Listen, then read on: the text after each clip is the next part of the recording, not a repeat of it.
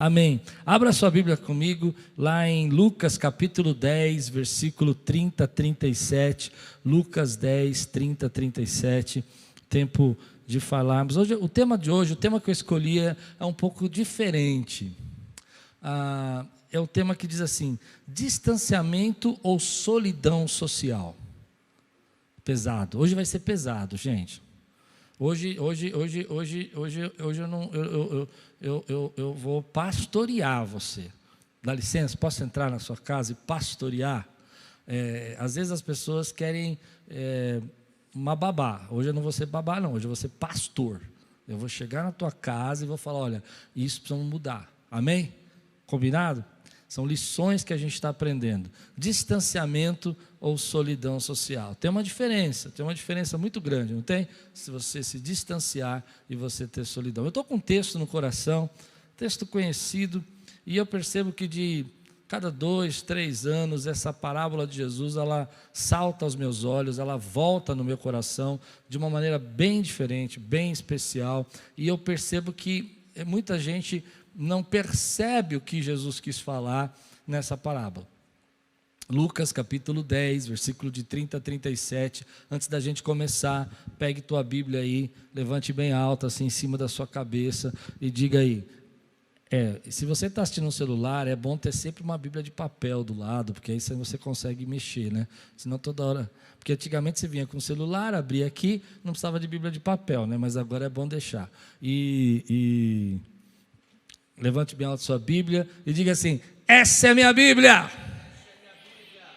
Eu sou o que ela diz que eu sou. Eu tenho o que ela diz que eu tenho. E eu posso o que ela diz que eu posso. Abrirei meu coração. Deixarei a palavra de Deus entrar. E nunca mais serei o mesmo. Amém. Se você está aí comigo, aí, escreve aí no chat assim: 62 dias eu venci. Coloca aí, 62, hashtag 62 dias eu venci. Aleluia. Põe aí, eu quero ver quem está colocando aqui: 62 dias eu venci.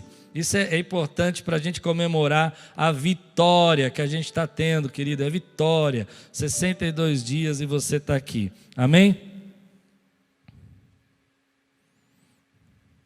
Aqui está a palavra, vamos lá.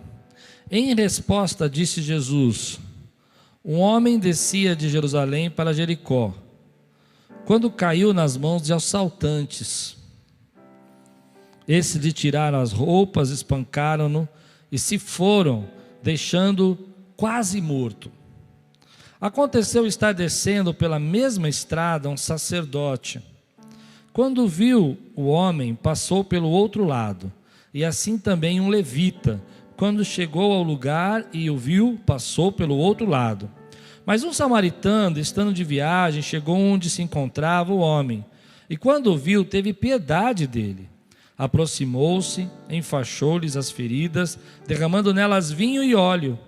Depois colocou sobre o seu próprio animal, levou-o para uma hospedaria e cuidou dele. No dia seguinte, deu 2 denários ao hospedeiro. Ele disse: cuide dele, quando eu voltar, pagarei todas as despesas que você tiver.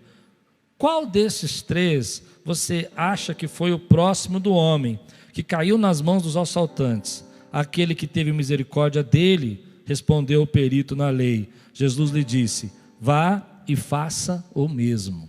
Vamos orar? Vamos pedir para Deus falar conosco nessa manhã? Senhor, nós entramos na tua presença agora em nome de Jesus. Pedimos que a tua palavra encontre lugar no nosso coração.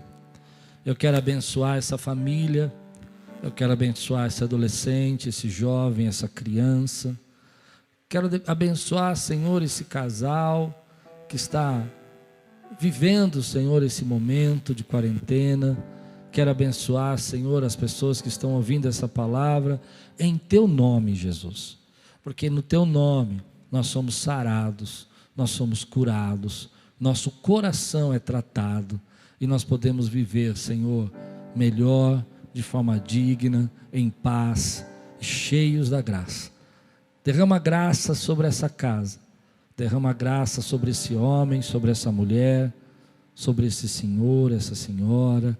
Derrama graça, Senhor, sobre aquele que cuida da sua família sozinho, sobre aquela mãe que está cuidando dos seus filhos.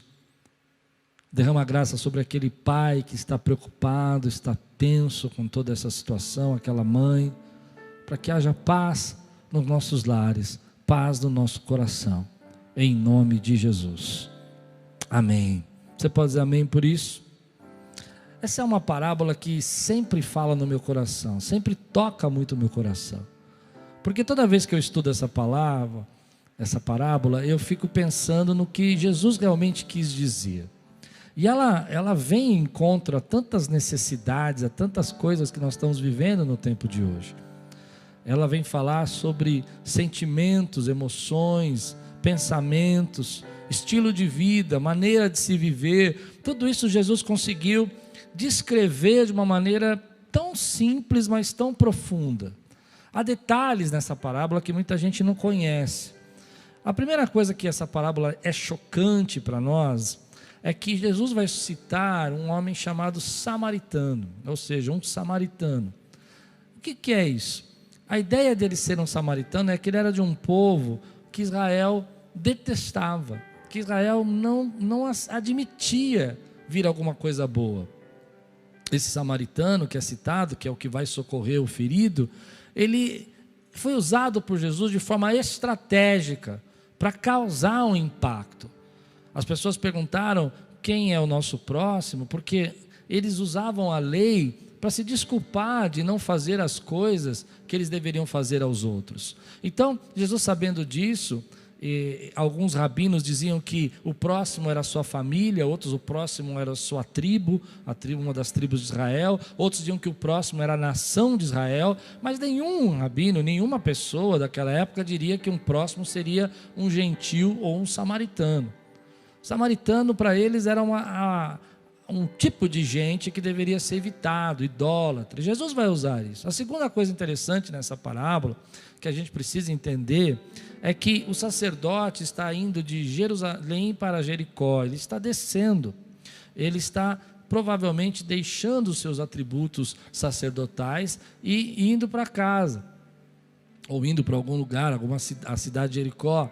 E quando eu estive lá, isso me chamou muita atenção, porque eu sempre achei que Jericó era um lugar assim muito próximo de Jerusalém, colado, assim como se você saísse, abrisse o muro da cidade e já estivesse em Jericó. E não é isso. Quer dizer que ele estava numa estrada, caminhando, ele estava indo a outra cidade. E isso me chama a atenção, porque ele não estava cumprindo os seus ofícios sacerdotais. Se o sacerdote estivesse indo para Jerusalém, o texto vai dizer para nós, né? Se ele estivesse, é provável que ele não pudesse sujar com sangue, é provável que ele não pudesse ajudar esse homem, porque ele teria que passar por purificação e não poderia entrar no templo. Mas não era o caso, Jesus deixou claro isso.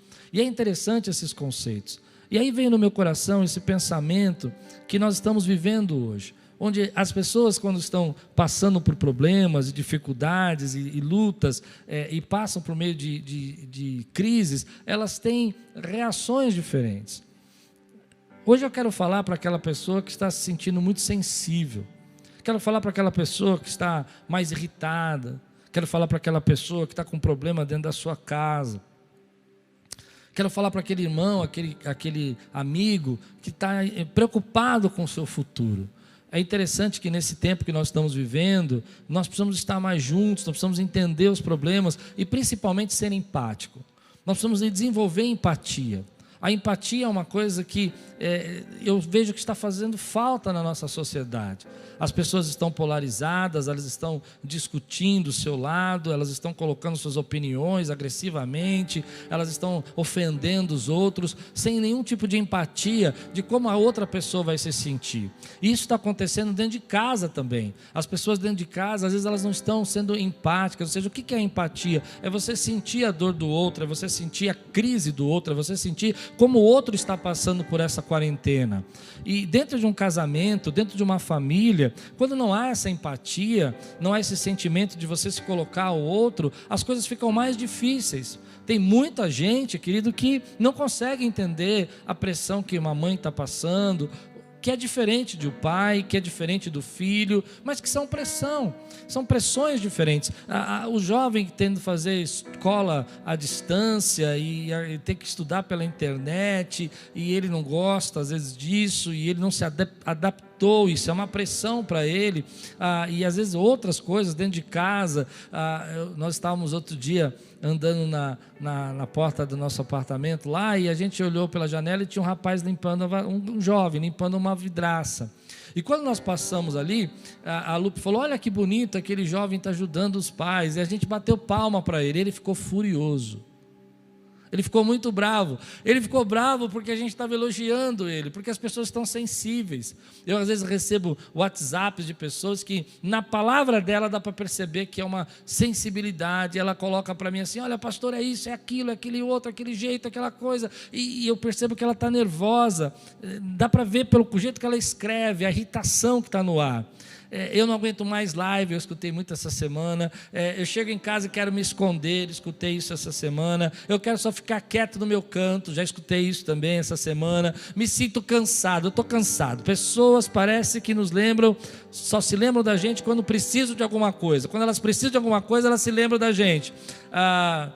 Outra frase que eu escutei também essa semana: tudo eu, tudo eu, tudo eu, tudo eu, tudo eu. No meio de tudo isso, querido, a vida vai ficando pesada quando a gente não tem tempo para ser empático, para sentir o que o outro passa. E isso vai causando problemas dentro do nosso coração.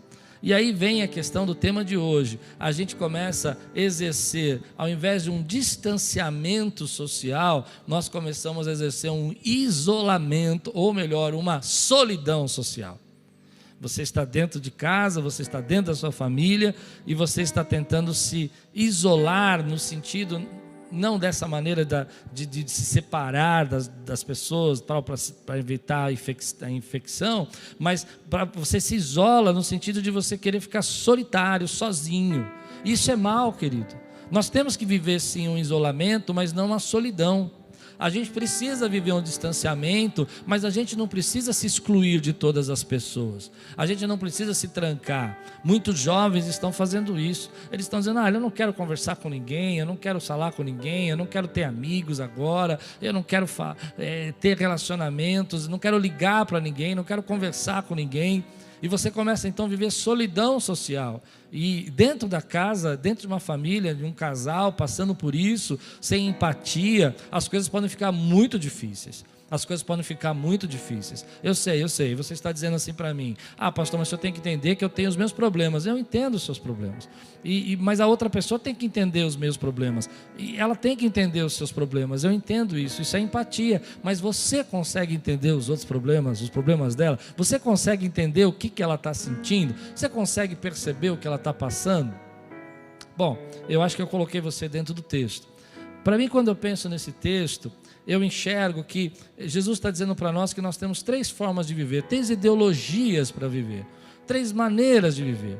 A primeira maneira de viver, que está oculta nisso, e eu sempre me lembro disso, porque toda vez que eu vou escolher uma maneira de viver, eu me lembro dessas 3 maneiras que nós podemos viver, que Jesus descreveu nessa parábola. A primeira delas, a ideologia do ladrão.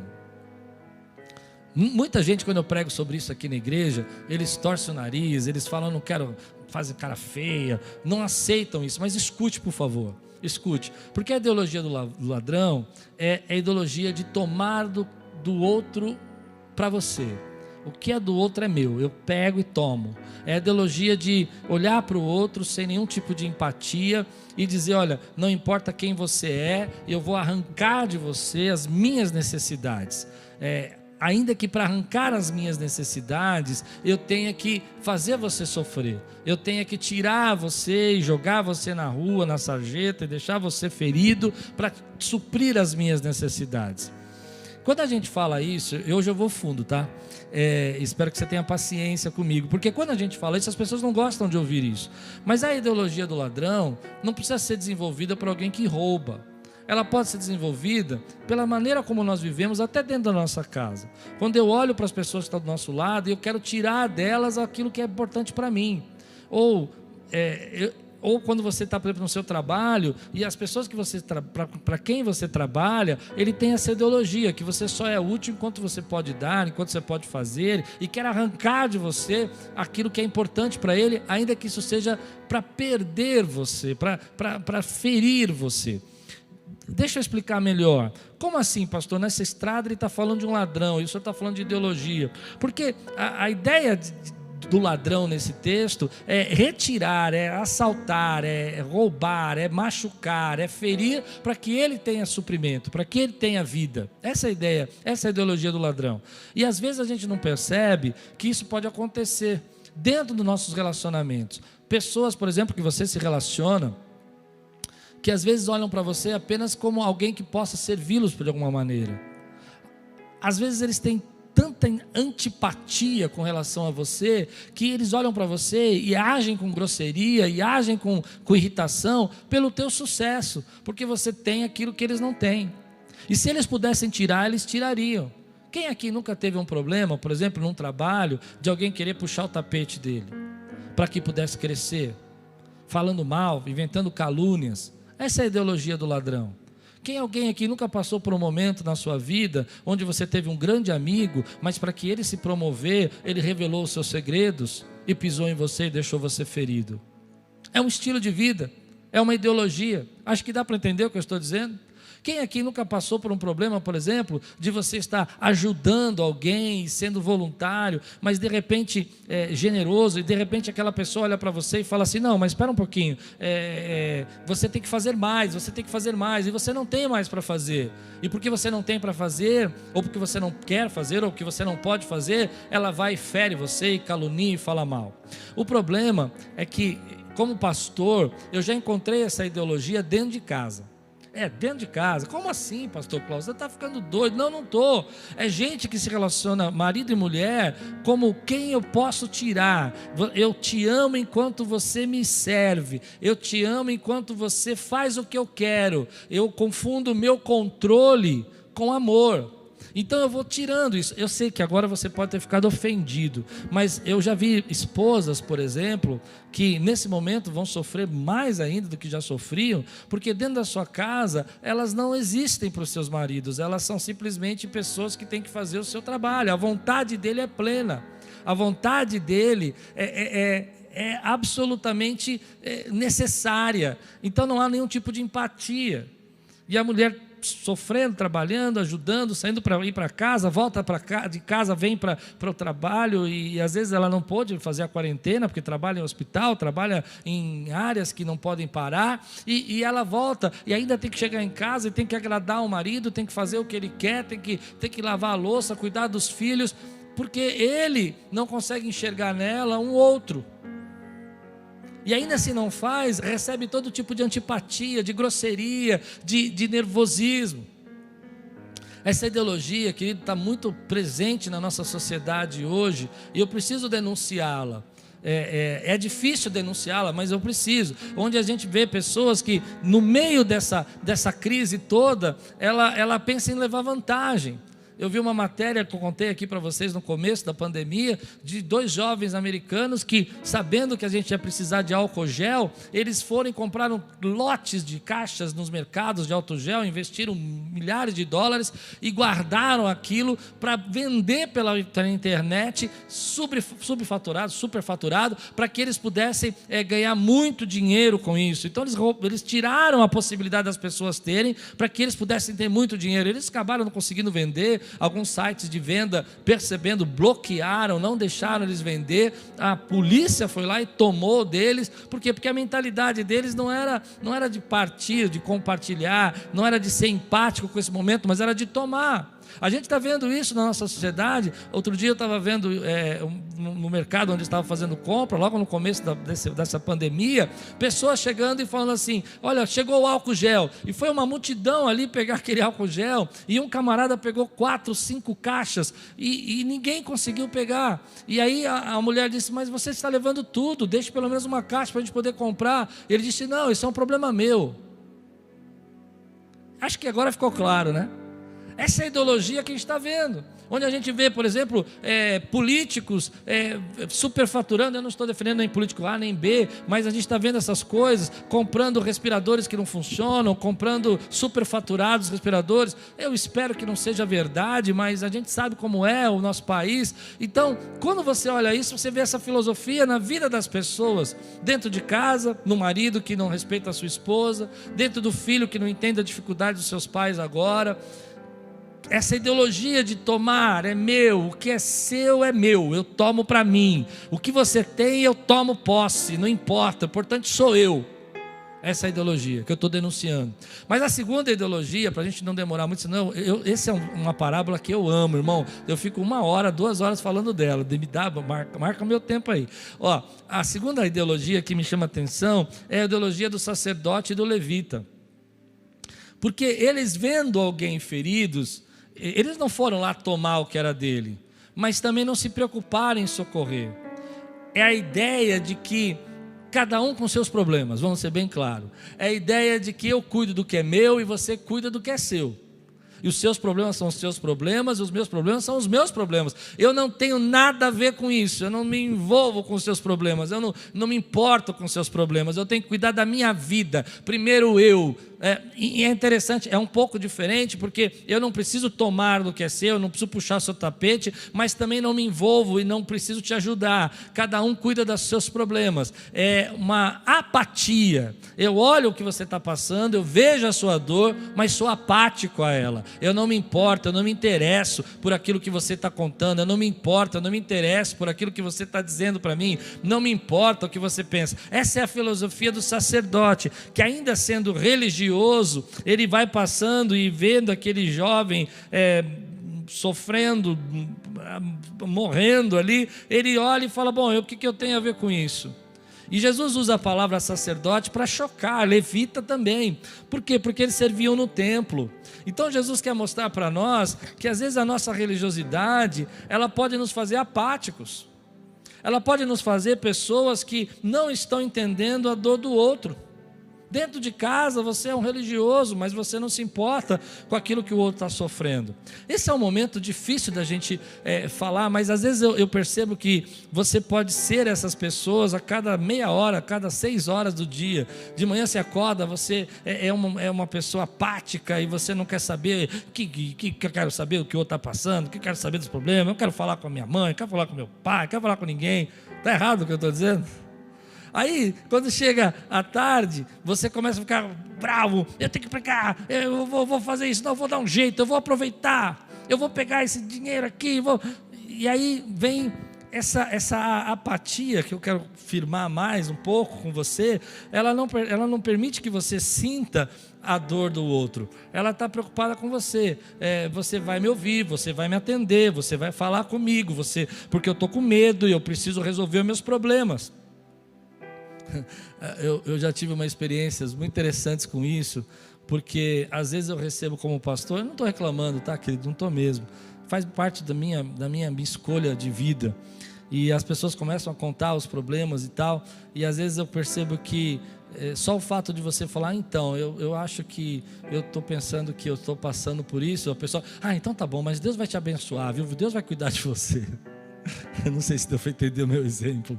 Já passou por isso? A pessoa está contando alguma coisa e você fala, puxa, eu passei por isso agora, também estou com esse problema. Mas Deus cuida de você. Já viveram isso? Essa é a pessoa que está apática com aquilo que está acontecendo, né? Vê a dor da esposa, mas não quer conversar com ela. Vê a dor do seu marido, mas, poxa, ele também é molão, ele é chorão, ele só chora, né? Então eu tenho que preocupar comigo. Eu tenho que viver para mim. E eu percebo que essa crise asseverou essas ideologias no meio das redes sociais, no meio da política, no meio dos partidos. Eu sou desse grupo, eu sou daquele grupo. Eu preciso pregar com calma isso. O terceiro grupo, ele é o grupo do samaritano. É aquele que vê a pessoa ferida e desenvolve compaixão. Ele entende que ele precisa entender e compreender e abençoar e ser um agente de bênção na vida das pessoas. apesar de todos os problemas. Perceba que ele está na mesma estrada. Perceba que talvez o sacerdote não quisesse parar porque poderia ser assaltado também, mas na verdade não é isso. Ele para, ele não se preocupa só consigo, e ele faz mais, ele derrama óleo e vinho. E eu acho linda essa expressão de Jesus. Essa parábola é maravilhosa, porque Jesus está dizendo que quando ele derrama óleo, ele está derramando o Espírito, a cura. Era muito comum usar azeite para sarar feridas naquela época. Você jogava azeite nas feridas, e Jesus, eu imagino isso simbolicamente falando, é que Jesus está dizendo: olha, nós somos aqueles que Deus chamou para derramar o Espírito, derramar a graça. O vinho simboliza o vinho novo, a graça de Deus, e você foi chamado por Deus para derramar essa graça de Deus. Essa é a maneira como Deus quer que a gente viva nesse momento, que você comece a enxergar o outro. Deus ainda chama pessoas para derramar óleo e vinho sobre a vida das pessoas. Deus chama pessoas ainda para ter empatia, para enxergar o que o outro está passando, e às vezes você olha e está tão nervoso, e está tão preocupado, e você não consegue perceber que Deus está colocando você para ser a resposta da oração de alguém, que Deus está me colocando e colocando essa igreja, os nossos cultos, para abençoar pessoas que estão passando por síndrome do pânico, que estão passando por medo, que estão com depressão, que estão com tristeza, que estão enfermas. Meu irmão, eu acho isso incrível hoje. Hoje, se eu disser para você que eu vou orar para que Deus cure você, é perigoso na internet eu ser processado, porque eu acho interessante isso. Eu não sei se vocês têm acompanhado, mas algumas vezes eu vejo alguns pastores assim: nós vamos orar. Olha, se eu não posso orar, por que eu vou orar por outras coisas? Por que eu vou orar para que Deus abençoe sua casa? A gente tem que orar, e é isso que a gente está fazendo, pegando as pessoas feridas, tratando as pessoas, cuidando das pessoas, abençoando as pessoas, derramando uma outra maneira. Isso precisa começar dentro da nossa casa. Eu vou pegar pesado agora. Precisa começar dentro da nossa família. Aquela mulher que sofre porque está casada com alguém que vive uma antipatia, um nervoso, uma irritação, desconta em todo mundo a sua dor. Esse homem precisa ouvir. Ele precisa ouvir que não dá para viver assim nesse tempo. Aquela outra pessoa que está casada com alguém que é extremamente apática, não importa o que o outro está sentindo, não importa o que o outro está passando, ela está no mundo dela, ele está no mundo dele, e eles estão vivendo na mesma casa, mas em mundos diferentes. Precisam ouvir, querido, que esse é o tempo de deixar o Espírito renovar você, para que haja empatia dentro do seu lar, para que você possa sentir a dor do outro, para que você possa se solidarizar com o outro, para que o outro que mora dentro da sua casa seja o seu próximo. É isso. Para que a pessoa que você convive nessa quarentena, seja o seu próximo. Pessoas agem de maneira diferente, eu tenho falado muito sobre isso na quarentena, tem reações diferentes, mas preste atenção. Às vezes você está dentro da sua casa e está só, porque você não sabe ser o próximo. Às vezes você está dentro do seu relacionamento familiar e os seus filhos estão só, porque você desaprendeu a ser o próximo. Aí a gente precisa desconstruir isso, querido. A gente precisa começar a desconstruir esse sentimento, essas emoções, essa preocupação, e lembrar que Deus não quer que a gente viva solidão social. Ele quer que a gente precisa passar por um distanciamento, mas a gente não precisa viver solidão. Olha o que a Bíblia diz em Lucas capítulo 10, versículo 33 e 34. Mas um samaritano, estando de viagem, chegou onde se encontrava o homem, e quando o viu, teve piedade dele. Aproximou-se, enfaixou-lhe as feridas, derramando nelas vinho e óleo. Depois colocou sobre o seu próprio animal, levou-o para uma hospedaria e cuidou dele. A chave aqui que Jesus está nos dizendo é que nós precisamos ser essas pessoas dispostas a enfaixar feridas. É isso que eu sinto que Deus vai nos desafiar nesse tempo. Algumas pessoas no começo dessa pandemia começaram a ter uma sensação do tipo: o mundo vai acabar, eu não vou mais viver. Querido, eu creio que Deus vai nos levantar para ser uma igreja forte, que enfaixa feridas. Se nós estamos hoje socorrendo 200 pessoas, 300 quase, quem sabe quando a igreja estiver de portas abertas, a gente vai poder socorrer 1000 pessoas. Eu não sei, que nós vamos cuidar disso, porque nós somos o tipo de gente que entende a dor do outro, que é empático. Mas Jesus colocou essa história para mostrar o grande distanciamento e o grande isolamento social que havia naquela época. Jesus está mostrando para aqueles homens a polaridade. Ele está mostrando que o ódio que eles tinham do samaritano, isso vem de centenas e centenas de anos. Começa lá com o filho de Salomão, Roboão, quando ele aumenta os impostos e ele começa a perseguir o povo de Israel com impostos injustos, e a nação racha, ela quebra, e Jeroboão começa a reinar com 10 tribos, e o filho de Salomão fica com 2, e essas 10 tribos se torna uma tribo idólatra, uma nação idólatra, e dali vem aquela animosidade, aquele preconceito, aquele sentimento de distanciamento, de ira, de viver com ódio, e eles vão cultivando isso por centenas e centenas de anos, centenas e centenas de anos. Você lembra que quando Jesus encontrou a mulher de Samaria, ela ficou surpresa até de Jesus falar com ela. Ela disse: como você, sendo judeu, fala comigo? O ódio era tão grande, o distanciamento era tão grande, que as pessoas começavam, ouvindo um samaritano, atravessavam a rua. Se você quisesse xingar alguém, xingava de samaritano, entre o povo judeu. Era como se você estivesse falando uma palavra torpe para a pessoa.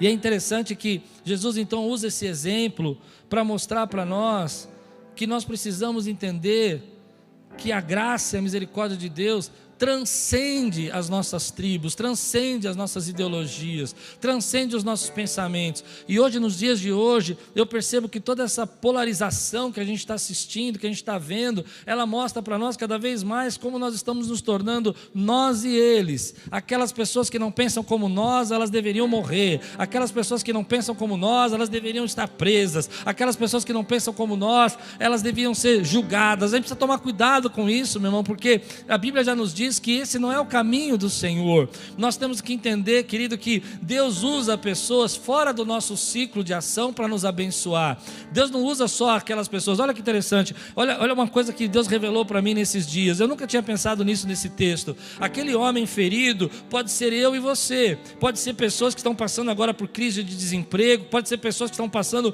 por crise familiares, e Deus vai usar pessoas diferentes às vezes do nosso convívio para falar conosco.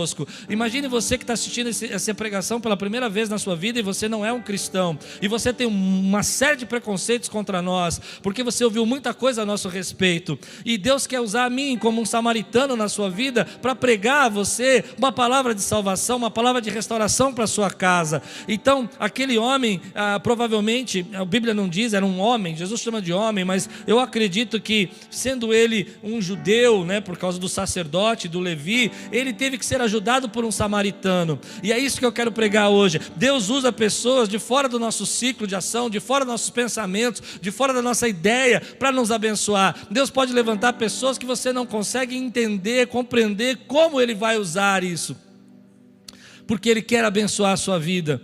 E muitas vezes nesse momento onde a gente tem tantos preconceitos, tantas pessoas falando de raça, de jeito, de padrão social, nós estamos fechando portas que Deus quer usar pessoas para nos abençoar. Não sei se está dando para entender o que eu estou pregando, mas acho que eu estou indo fundo nisso. A gente precisa entender, querido, que esse preconceito todo só está impedindo Deus agir na nossa vida.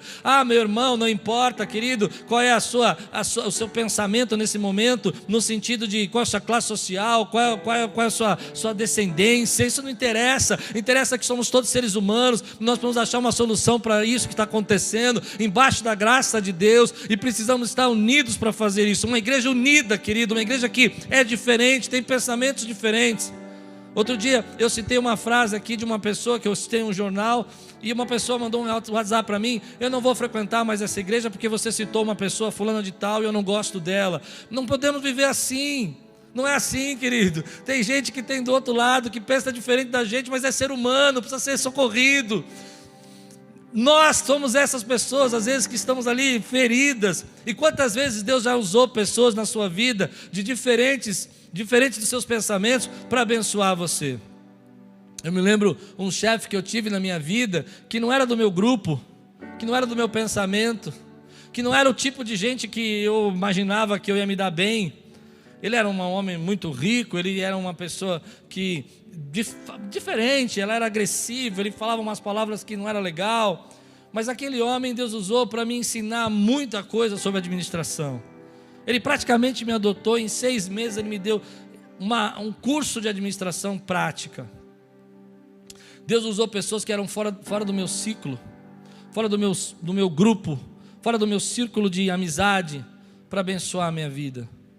Hoje nós estamos vivendo esse tempo, Deus vai usar pessoas para nos socorrer, gente que a gente não consegue entender, que é diferente. Outro dia um grande amigo, pastor, que tem uma ideologia diferente da minha em questões políticas, e ele começou a dizer: pastor, eu admiro muito o seu trabalho, eu quero fazer uma parceria com você para abençoar pessoas. E eu fiquei surpreso, porque às vezes a gente não entende, querido, que esse pensamento, essa antipatia que está no ar, essa polarização está impedindo você de ser abençoado. Está pedindo pessoas de indicar você para um trabalho. Eu não sei se as pessoas estão entendendo o que eu estou pregando hoje.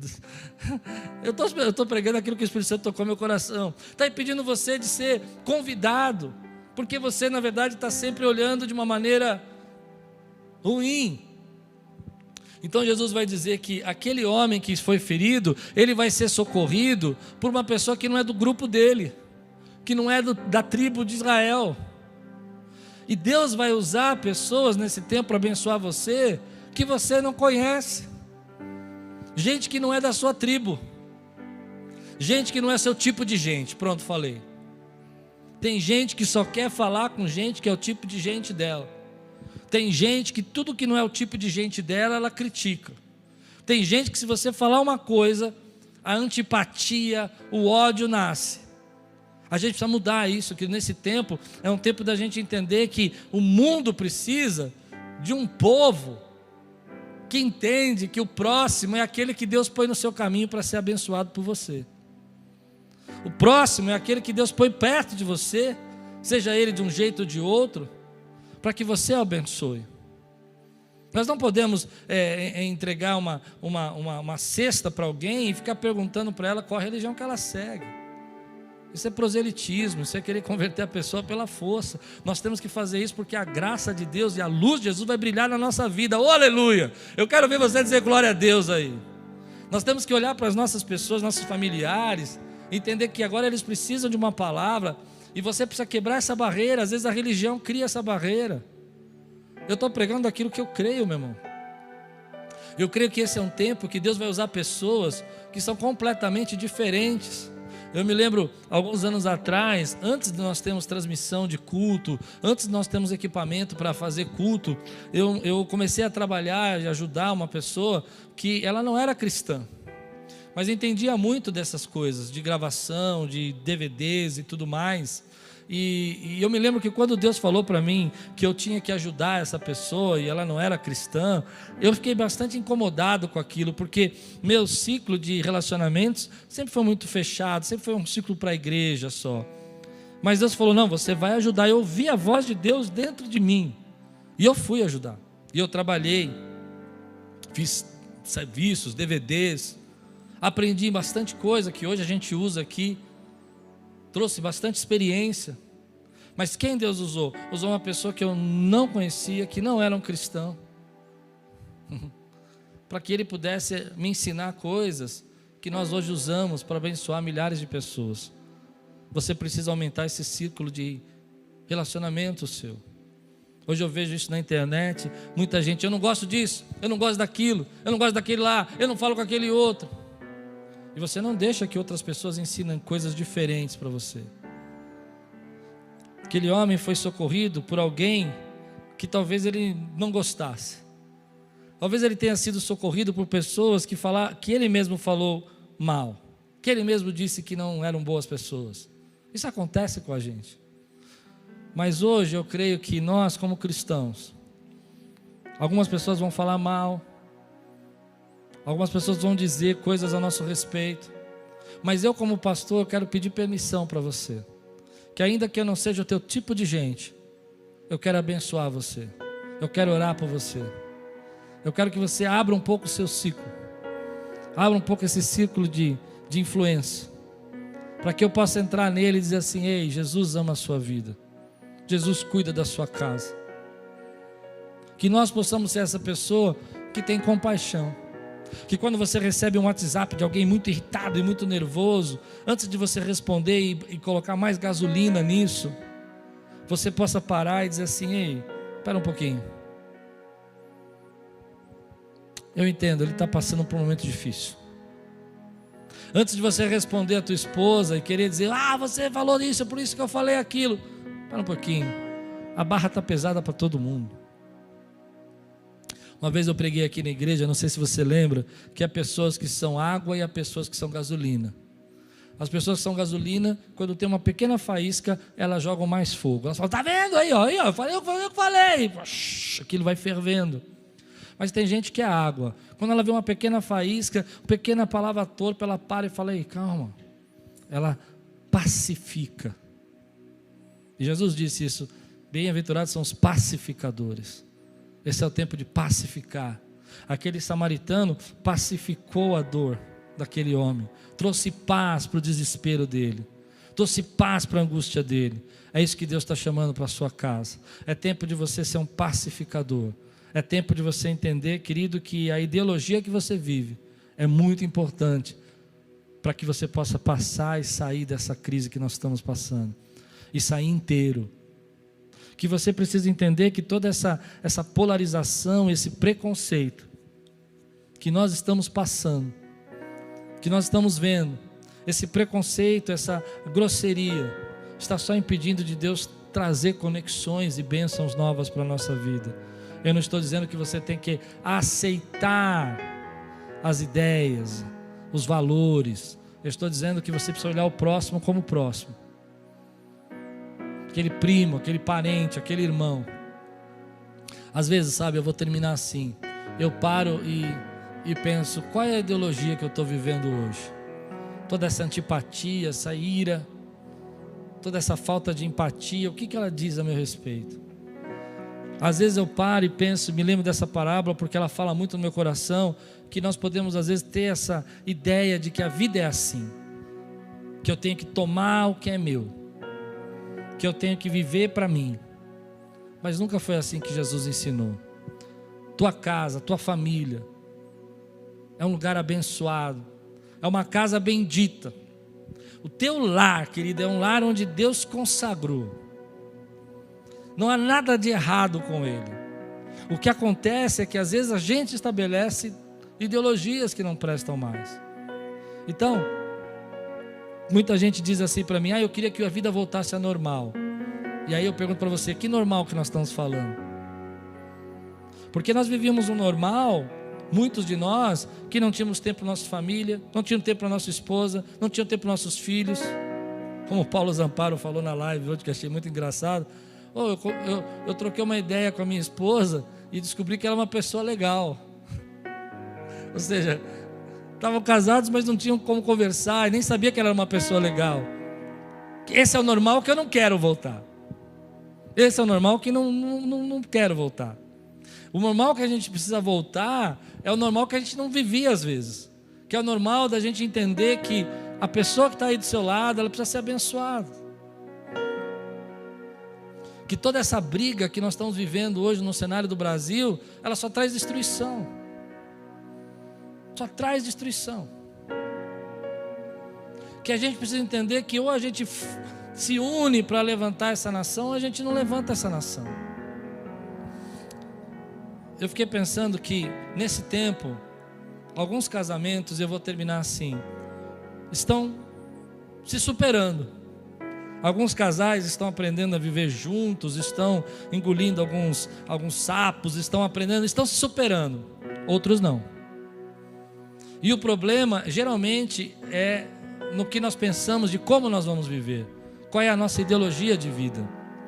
Só que assim, toda vez que eu atendo um casal, já faz tempo que eu não faço isso, quem faz isso são os pastores aqui de casais, mas quando eu atendo um casal, eu me lembro que geralmente eles querem mostrar para mim o problema, mas eles não querem ouvir a solução.